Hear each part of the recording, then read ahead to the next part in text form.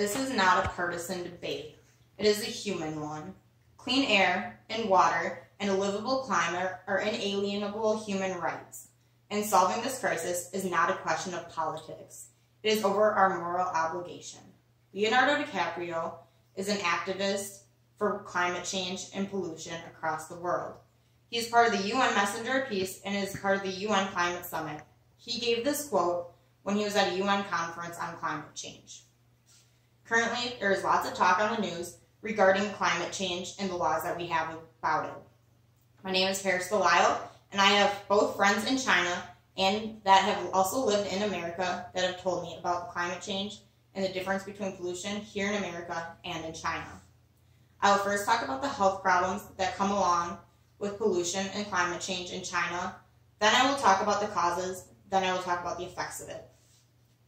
The U.S. used to be the #1 country that was emitting CO2 in the world.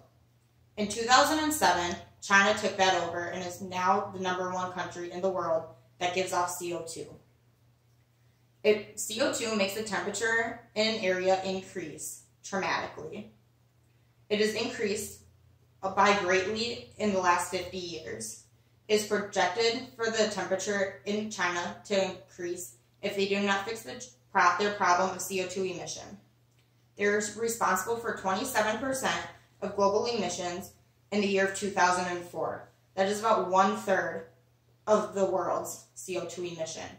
Most countries in the world only give off about 1%. Climate change affects health greatly in China.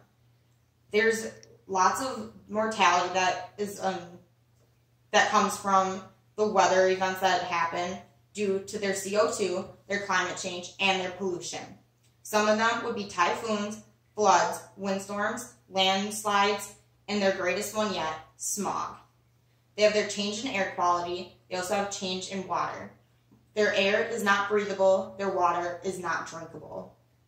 They also have infectious diseases that happen because of their air pollution.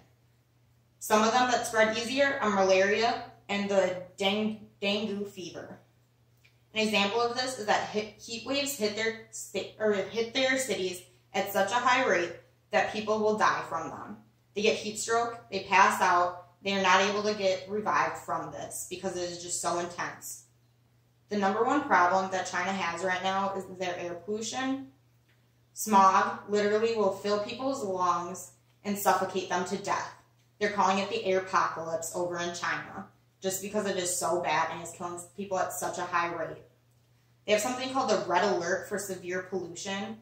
What happens is that an alert will go off after a government warning is given, which alerts people that they should not be outside at this time. If they are outside, they should be outside for a short amount of time, and they need to be wearing a mask. The causes of their pollution would be greenhouse gases. Greenhouse gases get caught in big cities, and it traps all the heat. People are not able to escape from this. It is something that will stay for days at a time. Sources of greenhouse gases would be fossil fuels. Their fossil fuels that they use primarily are natural gases, coal, and oil. Coal is their primary source of energy, and people use that a lot over there. They're currently trying to find a way to be able to use renewable resources and try to cut back their coal. So to adapt to their climate change over in China, people have to really use their air conditioning because their heat waves are so bad. They also have to live in larger living spaces. They have to increase urban green spaces. Urban green spaces are basically outside of cities. People try to carpool, use the metro, something like that, just so they don't emit as much CO2 into the world or into the atmosphere. They have heat awareness, which is a warning that goes out, and that warning is called a heat warning system. It alerts everyone that they should stay inside and not go outside. To fix this problem, China has put in $300 million that they got from a loan, and they're using all this money to go towards the choking smog. That choking smog is what I was talking about earlier, where it fills your lungs and will suffocate you. This has become probably one of their biggest problems that they have in China, and this is what they're really trying to fix right now. Then they're taking another 3 to 10% of their gross national income, and then they still need $227 billion to fix this problem. They have $275 billion they want to put towards cleaning the air, another $335 billion that they're trying to put towards cleaning the water. They want all of this to happen over the next 5 years. That's a short amount of time, but they are willing to do it. Besides that 5-year plan, they have a nationwide blueprint. The nationwide blueprint allows large businesses to only allow so much so much pollution to be in the water discharge, and only so much allowed for air pollution.